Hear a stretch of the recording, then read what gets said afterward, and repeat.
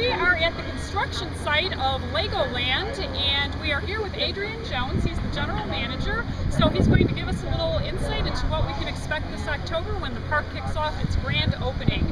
So it looks like things are moving along really well here, and the two things I noticed most apparently are the wood roller coaster and the steel roller coaster. So it looks like you're going to have thrills for family members of all ages. Can you tell us a little bit about what kind of attractions you'll have for the older kids down to the younger set? Yeah. Well, let's be clear. We always target families with the children aged 2 to 12. We don't do white roller coasters. We always say that. We always do pink knuckle roller coasters. Yes. And some of the rides that you've pointed out are the ones existing rides that were here from the Cypress Garden days, but we're going to completely revamp them. This one was the Triple Hurricane, which is actually going to be the Coastersaurus, and there's going to be, sits very firmly in Adventureland with the discovering of huge Lego dinosaurs.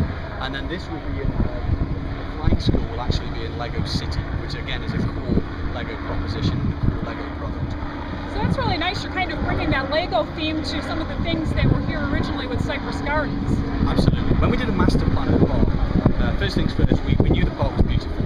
We had a protected parcel of land, which is the Botanical Gardens, which will form a real centerpiece of what is Legoland Florida. We wanted to position the mini-land centrally in the park, which will have incredible views across, but it also gave us the opportunity to overlay what buildings, what attractions we wanted to keep within which zone, and then add attractions around them to create the lands that are within Legoland. So you kind of built that out, it sounds like. And what attractions would you say that you're most excited about that people will see when they come down in October? Where to start? I think first things, the Miniland. Miniland itself is all about Lego cities made of incredible Lego models with incredible number of bricks, 30 million bricks. But the beauty of Miniland here is it's the only one in the world that overlooks a lake with incredible views, with a waterfall at one side of it. Entering into what is the Pirates Cove, which is where we'll do the pirate ski show, So that for me, I can't wait to see people's faces when they actually see the Miniland. And what's unique to this is we'll have a mini Florida section as well, which is unique to the park. And then, where do I start with the rides? I think watching people's faces on some of the roller coasters, seeing people's faces when they go on the Dragon ride and go through the different scenes of Lego. But for me, the number one thing is when I actually see kids playing with Lego in places like the Imagination Zone with their parents, racing cars that they've built, small toddlers playing with the large Duplo bricks, the big foam bricks that we will have, and then knocking the towers over and looking at balls from their parents. That is what Lego is all about. That is what we have. It's quite a different proposition to other theme parks. Yeah, it sounds like this is a place where the kids don't have to spend all their time either standing in line and waiting or being on the ride and then waiting again. It sounds like they're going to be able to get in there hands-on and really have fun and use their imaginations too. Absolutely, and I think areas that we've segregated away, for example, Duplo area is a classic example of it.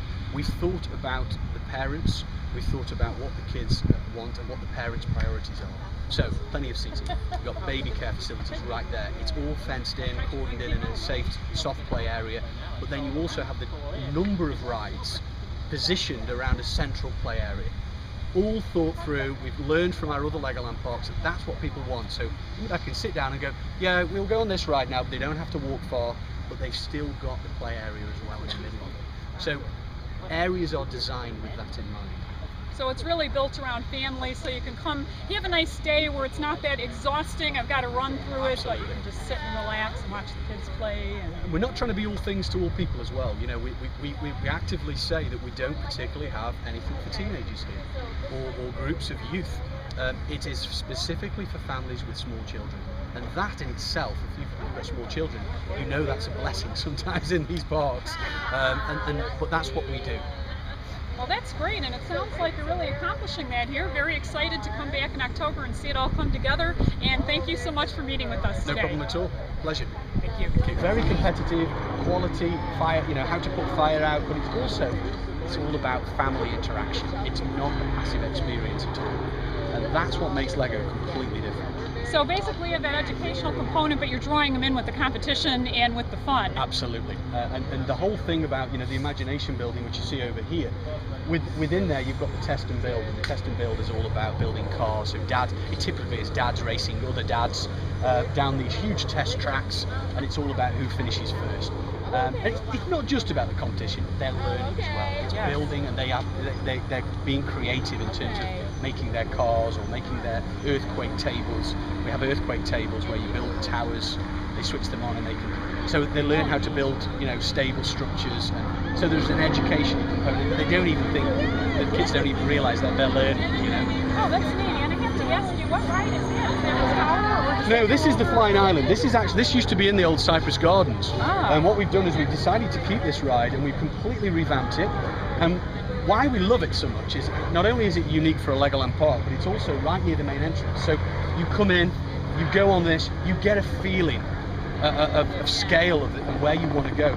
But also it's got the most incredible views of Lake Eloise, and that is why we wanted to keep this ride, because it's quite unique for a Legoland park. Great. Well, thank you. I'm sorry. No. Here again at Legoland, as you can see behind me, it's the construction zone, and we're here with Jill Swidler, and she's the manager of marketing. And if you get in now while the construction's going on, before the park opens, you can get a really great deal, and she's going to tell us about that. That's right. We have a wonderful special going on right now. It's our preview annual pass. It's $99 for adults or children, and it gives you unlimited admission to the park from October when we open until the end of 2012. So it's a great value, great investment for families right now to get in before our prices go up, and it's a really great deal. Yeah, it sounds like they'll be able to come for the grand opening, and then while that nice cool season is there, see the park for the holidays, and then they'll be able to have that whole year of fun in 2012. That's right, exactly. All right, great. Thank you so much. Thank you.